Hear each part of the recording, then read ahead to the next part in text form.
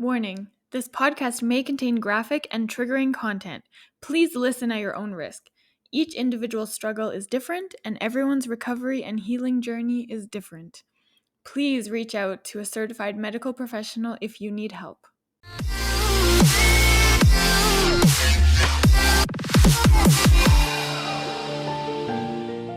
Welcome to episode 42 of Stomp the Stigma, the podcast aimed to fight the stigma surrounding mental health through education, awareness, experiences, stories, resources, and the vulnerable truth. Today we have a very special episode. Just for Remembrance Day, I want to take a moment before we get going to remember and thank all of our veterans. Countless lives have been sacrificed fighting for our freedom and our country. I want to thank all of the military and first responders that are continuing to fight. Thank you so much for everything you've done and continue to do for our country and our community. Joining me to Stomp the Stigma today is Grant from Honey Badger Alliance. He served in the Canadian military, toured in Afghanistan, and is now currently in corrections. So we got to talk all about his mental health journey, how being in the military and out on the front lines has affected his mental health, as well as how corrections has changed that. We get into a little bit about how the military changed him as a person, and we talk about the trauma that he faced overseas that have maybe been one of the root causes of his mental health concerns.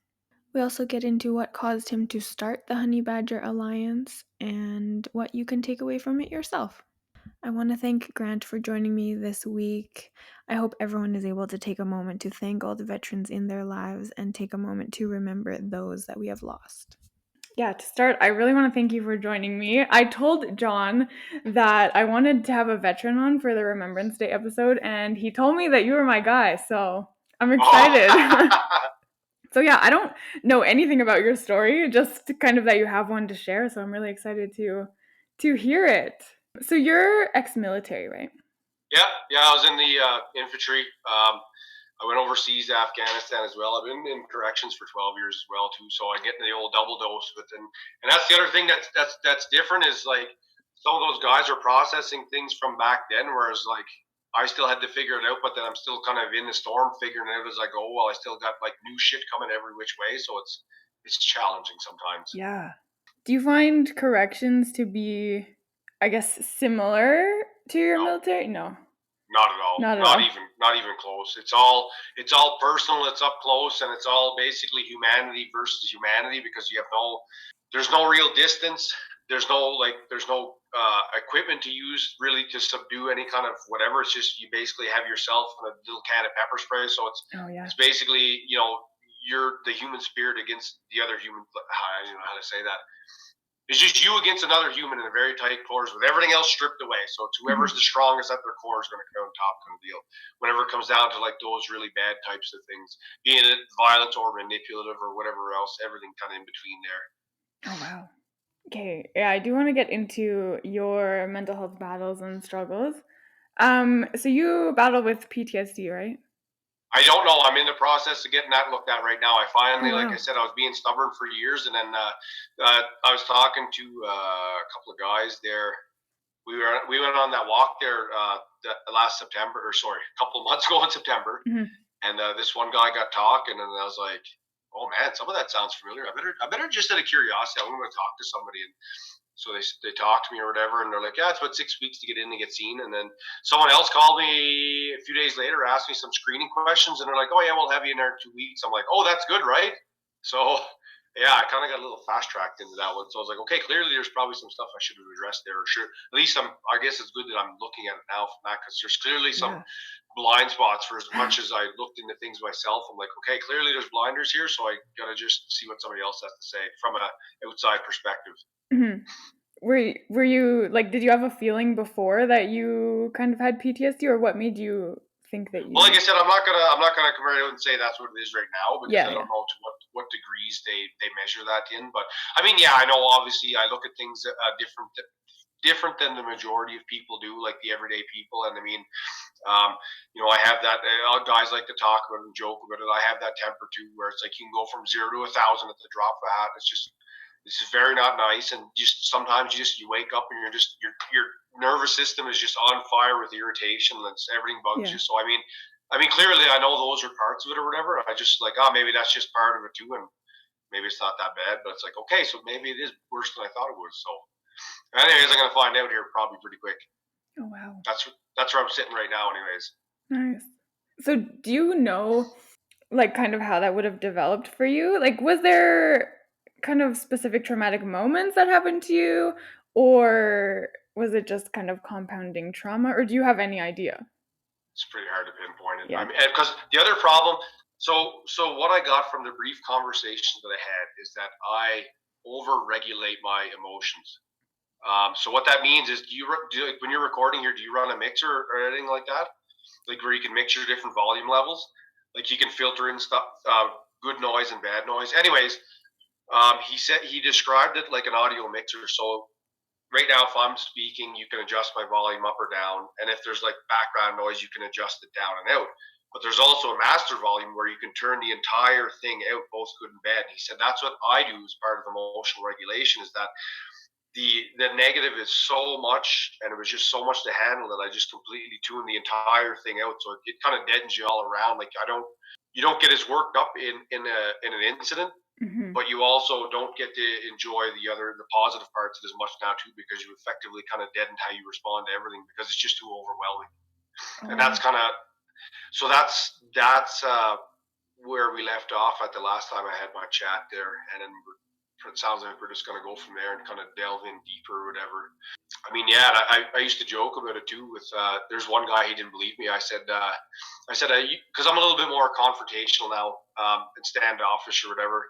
And that's just like I said. I think that's just years of conditioning. But I told that to one of my friends one day. We were driving to work together, and I was like, I wasn't always this confrontational. He laughed at me. He laughed at me like I was joking. I'm like, no, I had to learn to be like that because I was like I actually want to help people, and I want to be good to people and see people do well. But I was like, unfortunately, most people don't reciprocate that. So I was like, I had to learn that type of behavior just to kind of keep those types of people away or whatever. And it's like then you still get the ones that are okay, but it's just like, yeah, you got to learn stuff like that. And it's just it just sucks. So yeah, that's kind of what I got going. And I was never even aware of it because you mostly see like what's going on with the other guys where it's hard to manage emotions, and that's called under regulation. I think it's the more common one, it seems like, where it's just harder to keep it in or keep a lid on things or whatever. So this other thing I was never even aware of it at all Mhm.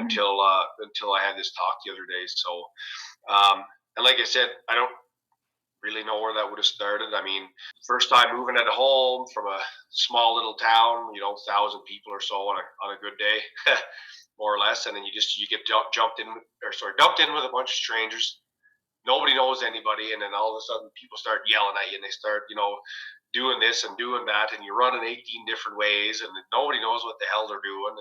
And I mean that's all part of training or whatever, but it was still a shock to the system or whatever. But then I mean, you get going overseas, and all of a sudden, well, the fun stops then because now it's real, right? And it's like that's different altogether.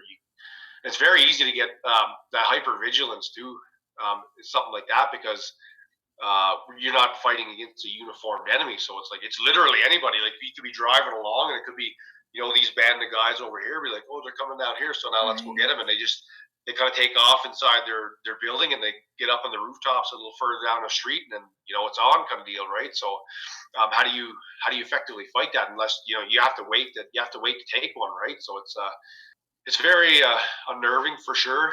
Driving around a lot of those roads, it's very congested, and there's no rules for driving in a place like that. It's just whoever's going what direction that day is what day the traffic goes. Because I mean, we've driven down the same roads, and some days it's like it's pretty even split of 3 and 2, and then the next day it's like one lane is going this way and the 4 lanes are coming at you the other way, and that's just what it is that day. It's just yeah, it's Wow. it's it's definitely an interesting experience, and yeah, it was definitely a shock to the system. And so you always have things like that in the back of your head, right? And you're always looking around. I mean, after a while, it's kind of I don't know, you kind of adjust a little bit to your environment for better or worse. But I mean, Mhm. yeah, I don't know, it was definitely an eye opening experience, that's for sure. Oh, yeah. But when we went over there too, it wasn't getting too crazy yet. I was over on one of the earlier tours. I was over there in 2004, 2005, before things started to really ramp up a bunch. What they were doing with us is they were starting with the decoy, so they would lay out IEDs or whatever, but they wouldn't be activated or nothing like that. But just to gauge what kind of a response we would have. And I Mm-hmm. think it was probably a couple tours after that, maybe about a year or so later. That's when they started to actively start hitting guys because they were collecting the data, right, to see how things worked and see what they could kind of exploit in there or whatever. So we had that. I almost got friendly fired a couple of times. I wasn't too happy with that. The last one was at about the 5 month mark, so just about before it was time to come home. Different country. I'm not going to go into any detail here on out in internet land here, but different country. What happened was the way we operated, we could operate in everyone else's areas of responsibility because we did some of the intel gathering for them, and so we could go wherever. So we were in someone else's yard that day, and these guys are driving, and we see them kind of way down over the field across the way there. And anyways, we were switching over. I was sitting up in the turret, and we were looking with the infrared binos there. We were just looking around, kind of taking a peek for a little bit.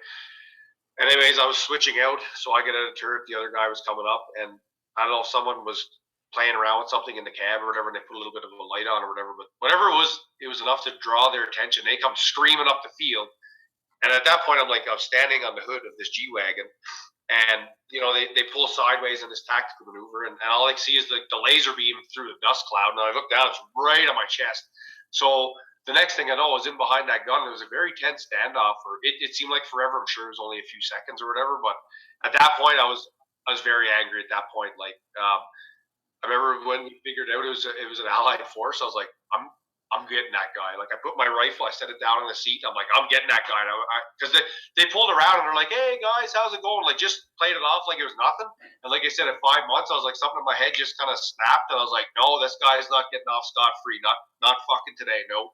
So I set my rifle down. I kind of made a beeline for him there, and the boys, they grabbed me and they're like, nah, we'll deal with it. Just go sit over kind of in the Jeep or whatever. But yeah, that one, I don't know what it was with that one, but that one really, I was not okay with that one. Wow. And then basically from that point on, I mean, we had about a month left to go. So we were starting to wind down on our operations, fortunately, or whatever. At that point, though, too, I was kind of on the fence if I was going to stay or if I was going to go because I had about 4 or 5 months left on that contract, and then I was done. So I would sit there and I would question myself, be like, okay, so I can either stay into this kind of career and have all kinds of crazy stories, but I would never share them with anybody, or I can get out with this experience already overall and still have a chance at starting a family. Because I was like, I looked around. It's in the trade that we did in the infantry. It's very hard. It's very hard to keep a family because you're gone all the time. Like that Mm-hmm. last year, I was gone the entire year pretty much. I was only home in wherever I was staying there for probably a couple of weeks out of the entire year. And it's like, Wow. how fair is that to subject someone else to that? Yeah. A spouse and then kids on top of it. It's very, very hard. Like guys try, but it's like the success rate was not very high. So I mean, it's just I looked at it very honestly. I'm like, okay, well, I have this experience and I still have this available to me right now. So I'm just gonna go try that. And so I got out of the military in June that year, and I went home for a year, and that's when it really hit though. Like whenever I went home, I don't know what it was, but I was like, I can't. I don't want to talk to people. I don't want to look at people. I don't want to be around people. I don't want to do nothing at all with people. And it took probably about a year to snap out of that. For a year, it was basically me and the dog, and I would take him for walks in the woods, and we would go and play and stuff like that or whatever. But like nothing really else. And then just one day again, it was like, okay, I think I'm kind of ready to get back out into things or whatever. And so I came back out here to Alberta, and I started working in the oil and gas. I did that for 3 years. It was good. It was fun. It was lots of outside work. We got to work with our hands. We got to work on small crews. So that's the other thing that was nice. You work on small crews, and it's way out in the middle of nowhere. So it's not like you have a whole bunch of people that are going to be pestering you.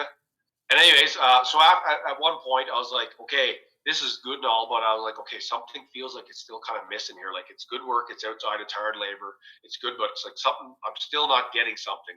And then kind of at the same time, it just conveniently lined up that the economic crash came in 2009 there, and I seen they were starting to fire.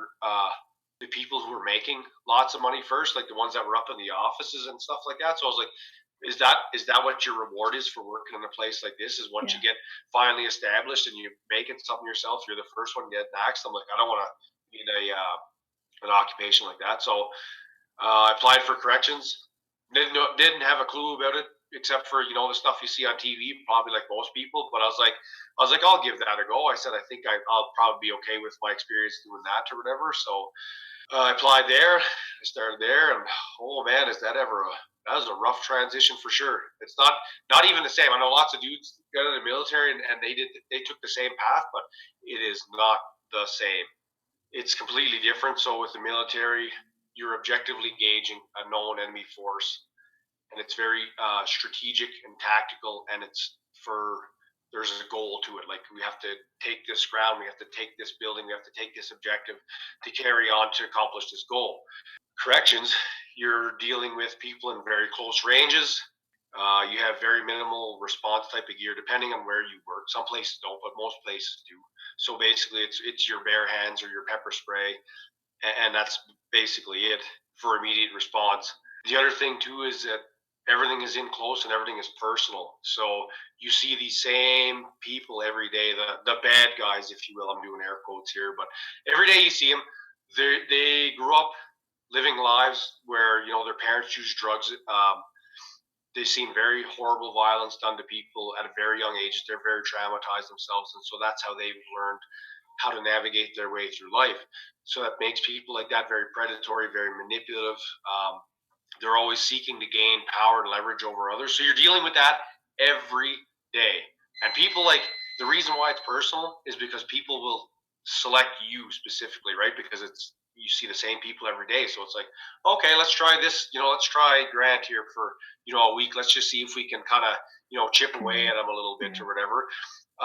The other easier way I explain it to people who don't understand maybe quite what I'm talking about is you remember back when you were like 5 years old and you knew if you did this certain thing, it would piss your parents off. Like you just knew it. Well, that's kind of what this is, except now it's adults doing it. Like, and like I kind of get it too. I was like, if I was stuck locked in there all day, I'd get bored too, and I'd want to entertain myself. But they just obviously take it to 5 or 6 different levels because theirs has more insidious goal, right? Where we would just do it where we're bored, they're doing it because they're in there, and it's good practice for them to just get better at their craft. That being said, I learned a lot from corrections. It's also what prompted me to start this Honey Badger Alliance project that I'm doing now, because it happened again there too. What I mentioned earlier about whenever I for about a year there, I didn't want to talk to nobody or do anything like that. What happened here as well? It was about 2 years in. It was the same thing. I had a very very sharp low. On my days off, I wouldn't go anywhere. I didn't do anything. It was such an inconvenience for me to make a proper meal. I remember I was like, just to cook like potatoes in a pot and put a steak on the George Foreman grill. I'm like, I don't have time to do that today. I just don't have time. Mm, You know what I was doing for the entire day? For about 16 hours a day, I would just sit in my apartment, play video games, and half the time I would get into some liquor because it's like, well, that's just what I want to do today, right? And it's not healthy. And obviously, I finally got at it. I finally climbed out of that, and the way I did that is I kind of slowly changed my habits a little bit. So I started going out a little bit. I started meeting people a little bit, and then those positively reinforcing behaviors, they start to build on each other, and you can finally climb your way out. Fast forward another 6 years, 7 years, whenever I started this project here. So eventually, at one point, I got sick of things, and I was like, okay, I'm driving myself crazy. I'm getting stressed out. I'm not doing that no more. I'm not getting stressed out no more. So I went found some psychology books on human behavior, and I found that very interesting. And I would read something in the book and be like, okay, that's a neat concept. Let's see if it works. And I would go into work and change my demeanor a bit to reflect what I read, and it's like I could either see if it worked or didn't work right there in real time. And again, because you know your audience every day when you go in there, it's like, okay, I know who's going to give me the most trouble, or I know who I can speak with this way here, or whatever. And ultimately, the goal was to create better dialogue with people who spoke a different language, if you will, right? Because again, they speak from extortion and bribery and all those things, intimidation, coercion, and so you have to kind of learn to kind of speak in those types of terms back. Not you don't do those things to them, but they use a use different words whenever they talk and describe things. And it's like a salesman, right? When a salesman talks to you, they listen to what words you use. It's the same idea as that, right? So I want to get my point across. I want to reinforce what I'm telling them. So I changed a little bit of my language to match what they're more familiar with, and I found that to be more effective. So that really helped cut down on a lot of arguments. Another thing that was really good as well was just learning about how stress affects the body, but at the foundational level. Like, for example, say if we get in the argument right now, and like we're really heated, we're really yelling, and you get those tinglies and the shakes, right? Well, that's the body kicking out those stress hormones to power you up for a fight if you need it. Is basically what it is. And so it does different things. Essentially it makes you kind of stupid in a way too, where like your rational part of your brain kicks out, and now the more central part, that emotional response center, kicks in, because you're looking at body cues, we're listening to voice tones, we're looking at what the hands are doing more, and so you become more instinctively reactive that way. And then if the outcome is not favorable, then we beat ourselves up. But it's like, well, you're acting with what the information you had on there, and ultimately the goal is, okay, I didn't get in a fight, so that's a good thing. You would think that's a good thing, but then, like I said, the ego steps in. It's like, you're a coward, or you're scared, or whatever, this and that. But it's like, what's really? But then, once you kind of get past that, and you start asking yourself, well, what's really at stake here? It's like you're going to have this fight every day. Mm-hmm. So do you get better at averting that fight altogether, or do you just beat yourself up because you got beaten by someone who's using those tactics their entire life? So it's like, do you want to win now, or do you want to win long term? And you win long term by understanding those things better, understanding where you are in time and place. And then the other thing too is being aware of your own body language too, right? I mean, when you start to look through all those layers and you start to add all those little tools in there, it makes interactions quite a bit easier. And then we get to incidents. So we have these horrible things that happen where it may be direct, or most of the time it's indirect. So you'll break up horrible things happening at the site or whatever, but it's still very horrible to see, another man stabbing another man with a rusty old piece of metal, right? I mean, it's hard to handle the first few times you see that, and it really bugs people. But at the same time, it's like, well, those people are going to do that. It's our job to stop them, and that type of person does exist out there. So the goal is not to stew on that, be like, oh my God, I can't realize I witnessed something horrible. The goal then becomes, okay, this is a different part of humanity I previously was unaware of. Yeah. Right. So it just, instead of dwelling on the negative, it's like, okay, so this is what actually people like this do exist, and I've seen it. So now I have to refocus and then kind of recalibrate myself in order to be able to engage that at an effective level. If you still want to keep people safe, and if you want to keep others safe, realizing that's out there and preparing in advance for that now helps, again, deter more of that from happening. Right. Or at least, it won't be a shock the next time if it does happen. Right. So there's a little bit of self-honesty that comes with that, and we have to kind of sit and I know, like I said this before too, but I really kind of started looking to more of a self-reflection, where you have to sit back at the end of the day, sit in a quiet place, and just unpack your mind. Just unpack what happened today. Why did I act this way? Was it appropriate? Could I have done more? But also, what did I do well? Because it's one thing to be critical, but we kind of have to be kind with ourselves too. And like I said, understanding how the body and brain connection works really helps to soften that blow, because it's like, okay, so some of this stuff is out of my hands, because the body, if I don't have enough information on hand, my body will just react. Like, I'll just react to what's going on. So the more I know, the more I can plan ahead, the more I'm in control. And it's kind of thinking about that little analogy once with the stress response, right? So I mentioned the tingles here a couple of minutes ago. You can either know more, or you have to be strong. That's what you get. So if you can understand what something looks like before it unfolds, you can take steps to either prepare, or you can head it off to pass. But if it catches you by surprise, then the body gives you the gift, if you will, of those stress hormones. Mm-hmm. It gives you enough strength to power through it until it gets done. But that's really hard in the body. It's hard in the system. So the onus is on us to actually just know more as best as we can. You know what I mean? And there's always blind spots, and there's always new things to find out. And there's always interesting new rabbit holes to go down. But the goal is, as long as you're as long as you keep looking around for things that are pertinent to that, you're going to find some answers, and it makes life a lot easier.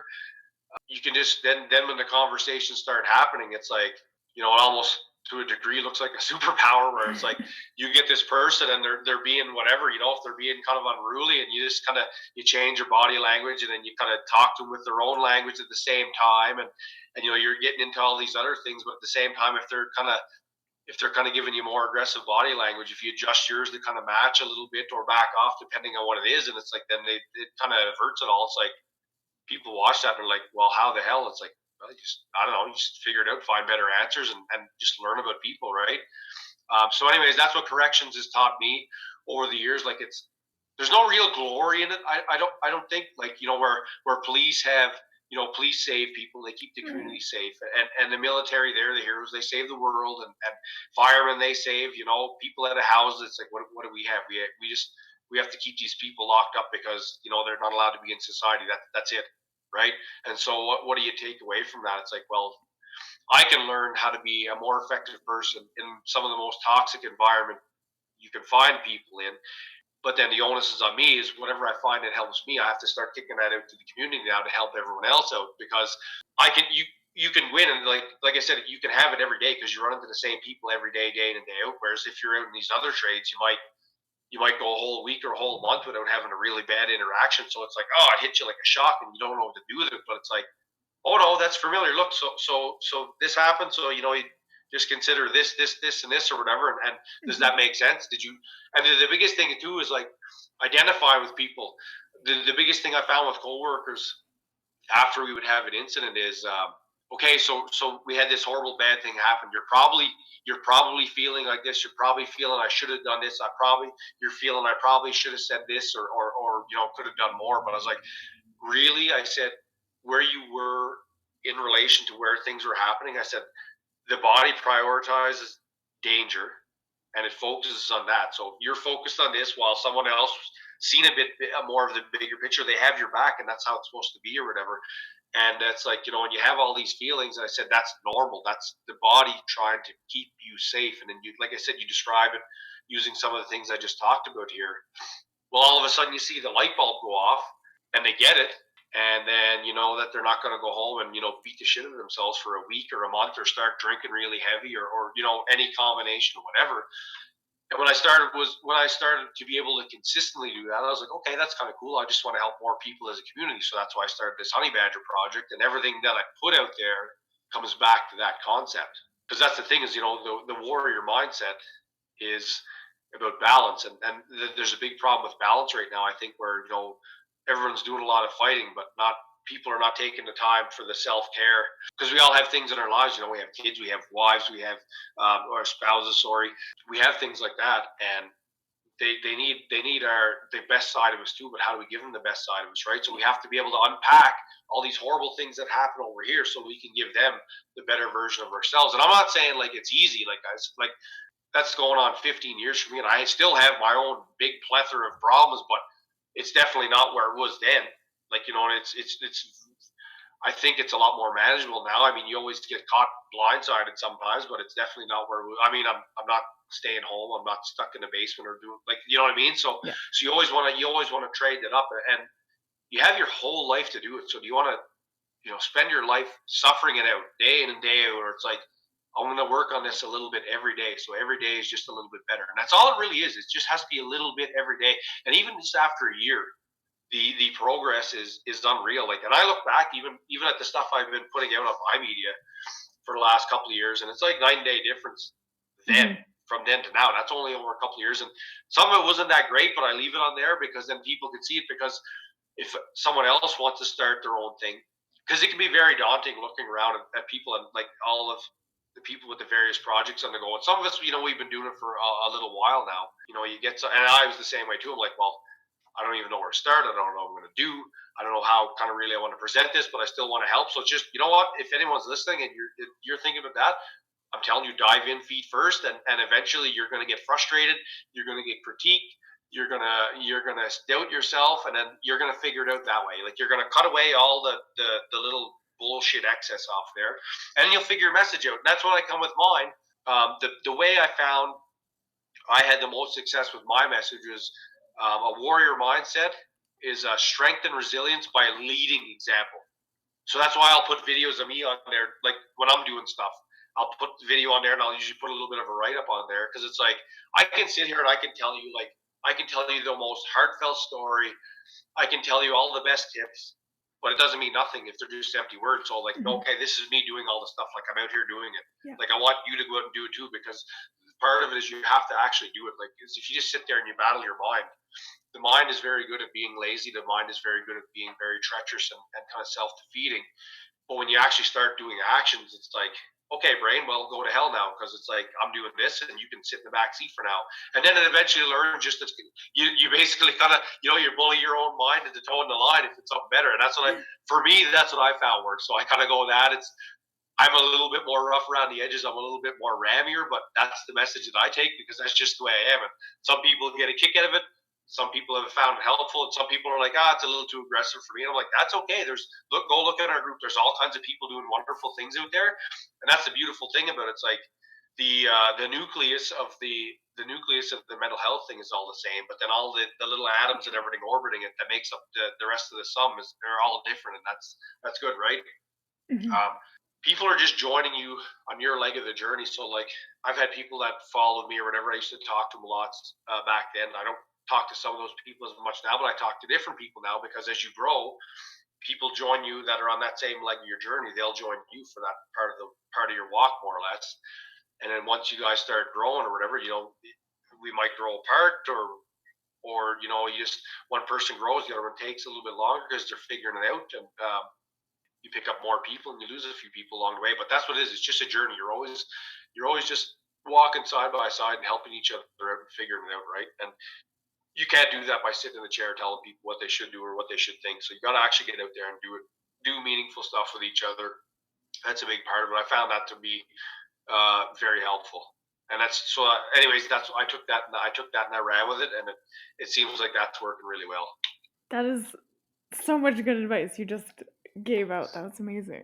That's I'm amazing. sorry, I volcanoed the shit out of that one. I just went on a ramble for I don't know how long that was, 25 minutes or so, but I'm bad for that. So yeah. Anyways, I hope people kept track with that because that's the other thing. I was kind of grabbing things as they were coming to mind there. So That's totally okay. That's okay. Like, you seem very, like, in tune with yourself and, like, what's happening to you and your emotions, and so, like, what do you use as coping mechanisms when those kind of bad days come in? just like a pet, I satiate my more primitive instincts. So I have a gym out in the garage now and a punching bag and all that stuff, and I will go and I tore it like 3 or 4 times just this year. I'm gonna have to fix it up already, but like I do that because I understand enough that I know like those, and that's the other thing too. Like there's never like a one stop solution to any of this. It's always like you're balancing the scale all the time. So if I notice my nervous system is getting very supercharged, I have to discharge that. So I'll go out and I'll do something out there. It doesn't fix the problem though. I want everyone listening to understand that does not fix the problem. What it does Mhm. is it just literally chemically puts you in a better headspace in order to tackle whatever the hell is bothering you. The only problem with me, like I said, where it's tricky with me now is because, like I said, with that over regulation, it's like I don't even know because it's just the way it works is if I'm going into an incident, I'm able to disregard and kind of push down and suppress everything in order to kind of keep fighting on through. And then once it's all over, sometimes it's very hard to like. I can figure out some of it, but it's like if there's any weird little lingering feelings I might not have caught or whatever, well, they get pushed into the old subconscious bank or whatever. But I try my best to be more aware of things. I'm a lot better at it now, I think, but I'm pretty from the earlier years. I'm pretty sure the damage is done kind of that way, and it's just one of those things where it's like you've been wired this way for so long. It's Yeah. like okay, so now it becomes the process of going the other way, and it's like if it took that long to get there, well, it's like I don't even know how long it's going to take to get back kind of to the other way. The other thing I want to clear up too is, people are like, well, I want to get back to my old self. I'll Yeah. tell you right now, there is no old self because you have so much more information, you have so much more knowledge and perspective of how the world is and how the world works that we just want to get ourselves leveled out with that new information. Because what happens is Yeah. we get a big giant spike and we're way up here, but it's like you just want to take the spike and level it off and be like, okay, so this is actually the world. Now I have to recalibrate myself and engage the world more appropriately with this new information. So that's the other thing I found was really helpful because you're not. it kind of makes things seem hopeless if you're like, I used to be this person and I used to be like this and that. Yeah. Honestly, I don't ever want to be like that person again. I want to have all this experience and knowledge. I just don't want to have all the bullshit that goes along with it. So it's on us to get rid of that part of it, right? But the other stuff you definitely want to keep because it's all survival stuff. You just know more about everywhere around you. Mhm. That is such a good point. I was going to ask you if you thought that this is something that you were going to deal with forever, but that's a really good way of looking at it. Yeah, I like that a lot. Yeah, it's just like I said. Just the thing that I've come to accept is you just have to balance the scales of harmony in your life. Like I said, if you're out here fighting bad guys all the time in whatever arena that is, I mean, there's got to be something else on the other side to balance that out. Because if not, I mean, that's where you get people. We become very cynical. We become very closed off because it's like, well, I can't talk to normal people because they just don't get it. No, they don't get it. They never will unless they subject themselves to the same thing. But we have to remember, we signed up to fight on behalf of those people because that's what we want to do because we want to help others. And so if we become more cynical, it's like, well, we're not helping nobody. Hmm. We're not helping nobody as Yeah. effectively as it could be, anyways. And the other thing I found out too myself is that if you do hang around with people like that and you just can get over the judgment for a little bit, it actually is interesting to see how they interact with the world because it's been a long time. Like I said, 15 years for me since I've ever been like in that kind of a headspace. But to see other people that haven't subjected themselves to the kinds of things that we do, it's almost kind of refreshing. It's like, oh yeah, there's so much more mellow. It's like, well, maybe I could try being a little bit more mellow or try to be, a little bit less rammy with things like, because you can still be aware of all that stuff and you can relax, but it's very hard to do. But when you see other people doing it, again, it's that monkey see, monkey do, leading by example thing. It's like, okay, these people are mellow. I can probably dial her down a few notches, but just kind of, yeah, like I said, just pay attention to what's going on around you. Mhm. You've kind of explained what the Honey Badger Alliance project is all about and what you do with it. But what is the story behind the name? Well, here's the other thing too is that people sometimes sell themselves short. Okay, so I'll never be able to do this because of this. I'll never be Hmm. able to do this because of that. Well, how did you know? Did you try? This thing, like this honey badger thing, is like it's literally the size of a skunk, and a lion that's like 10 times the size will go and try and eat it. That thing's like, you know what, buddy? Fuck you! I'm gonna bite your nose off, and I'm gonna get away. And if I can get underneath you, I'm gonna tear all your guts out too. And that lion, I mean, that thing's a way bigger predator than that thing. So there's, if you look at the law of the jungle with the air quotes here, that thing should just be food. And that thing's like, no, the hell with you. I'm not food. And I'm going to show you why I'm not food. So even if you're smaller and you're dealing with these issues that seem to be gigantic and just hopeless, well, it ain't hopeless and it's never done until you decide to stop fucking fighting, right? So that's the whole thing is never stop. Yeah. Every fight you win, you get stronger. Whether it's a physical one, whether it's a mental one, and try because you never know, right? Like I grew up. My family, no one ever moved away. They all stayed in that same small fishing village. And I'm like, well, I don't want to do this. I want to actually see some of the world. I want to do some stuff, and I want to contribute. But it's scary because it's like, well, no one's ever moved away, so I had no reference, no story. So I'm like, well, fuck it, I'm just jumping in feet first, and it's like, and off you go, right? And it's like, I was homesick for the first 3 weeks. I wanted to come home, but I kept going, and there's lots of times in training too. Like they really put you through the ringer because they want to make sure you're ready. Like they're very responsible that way. It's very tough, and lots of guys quit, but it's like, okay, no, one step in front of the other, and it's like, I'm not letting you beat me. I'm going to outlast you, and I'm going to complete this damn course, kind of deal, right? And then the same thing with overseas, right? It's like, okay, this is really shitty, but we're still here, we're still breathing. That means we can still fight, and continuing on to corrections, especially there though too, because you have people where we have no equipment to level the playing field out. So you can't just pull a gun on a guy that's twice your size if he's going to kill you. It's like, okay, you better figure something out, or like, Yeah. hope your backup is coming real quick. But at the same time, like when you are willing to stand your ground, even with those big people, they're not used to that, and it'll kind of put them off for a little bit. Maybe that'll be enough to buy you time, but it's like, how do you know? Right? You don't know unless you keep fighting, unless you keep chasing after it, right? And that's why I kind of picked the honey badger. I kind of wanted something a little more Canadian, but I was like, this is just more suiting. And plus, Wolverines are kind of overdone for like all sorts Yeah. of different reasons. So I was like, this one kind of fits, so I'll just go with that one. So that's why I chose to use that for the avatar. I It like kind of that. it's the embodiment of it all. The other part of it too, though, is that those little creatures are like small little savage stoics, eh? Like he'll just be there. The honey badger's just there digging his burrow, minding his own business, and the hyenas come and they try and eat him, and he says basically says, "Get the hell out of my yard, hyenas," and he'll chase them off, and that's it. He doesn't sit there and think about it and stew on it. He just goes back to digging his burrow, right? So that's ultimately the kind of goal is you want to be able to switch and transition gears that quick because right now we live in a very crazy society. So we're not just dealing with physical violence anymore. There's all these social interactions, Yeah. and a lot of them right now are not very positive. People are very stressed, and if you let that will eat you alive as well. So the goal is learning how to navigate that as well in order to have a less stressful day. And that's all part of it, right? So that comes back to reflecting on things, and if I ever have in a very undesirable conversation, the first question I always ask them was I the asshole in this conversation? And if I was, I will put my tail between my legs. I'm like, listen, I'm sorry, I overreacted. You said this, I took it this way. Fuck, I did not mean to react like that. I don't think you meant that. And usually it's not. Then it gets buried right there. And people will respect you for that. And if it's not, and if it's someone else, and if they don't come back and apologize, well, it's like, well, you just let that go. It's like that's a damn thing. Like I can't control that. That's a damn thing. Maybe, and well, I'll say that too. Maybe they're having the bad days. So if it's someone I know, I'll give them the benefit of the doubt. But if it's not, it's like, well, whatever. I just not giving you no more of my time. Get out of here, vampire. Like go suck someone else's life out of them. Right. So it's just coming down to simplifying life as much as you can. The only problem is that you have to have more periphery knowledge in order to condense it down into that understanding.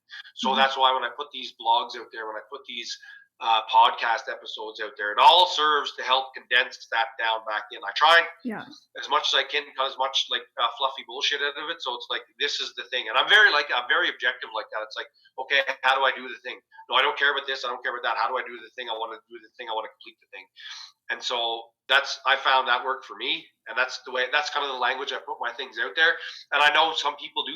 Most people find it helpful, but I do know some people find that a little off-putting because I'm very direct and I don't coddle nobody. But it's like, I'm not here to coddle you. I'm here because I want you to be strong. I want you to be a strong team member. This is how I learned my entire life how to be strong. So this is how I'm giving that lesson back to you. And some people like it, just some don't. Oh wow. Okay, I know you don't have much time. I feel like I could talk to you forever. I would love to have you back on and We can do another one for sure. No problem. Absolutely. So before you go, like one last piece of advice that you would give somebody that is, I guess, struggling with their mental health or doesn't really know where to start or what to do, what would you give them? Well, first of all, sometimes the first step to recovery it doesn't have to be talking about things directly.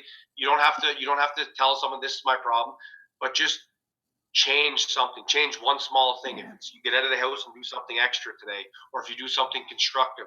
And that's what some of that recovery is. It's not always just, talking about it back and forth. It's changing our actions in order to reflect how we are as a person. So that's my thing is just if you're struggling, just try to change one thing, just one small thing today. Oh, I like that. That's such a good one. Because anything else tomorrow, like I said, I've been there too, where, and maybe on our next one we'll talk about cognitive bandwidth or whatever. But the cognitive bandwidth at that point when you're that low, and I know that because I've been there a few times. It's like you cannot ask anybody anymore with any reasonable expectations. But one small thing that's doable. I like that a lot. Thank you so much for tuning in today. Feel free to reach out at any time. You can contact me on Instagram and Facebook at Stomp the Stigma YYC, and you can email me at stompthestigmayyc@gmail.com. If you like the podcast, please like and subscribe on YouTube, Spotify, Google Podcasts, or Apple Podcasts. And if you or someone you know would like to come on, I would love to have you. Share your story, speak your truth, and together we can stomp the stigma.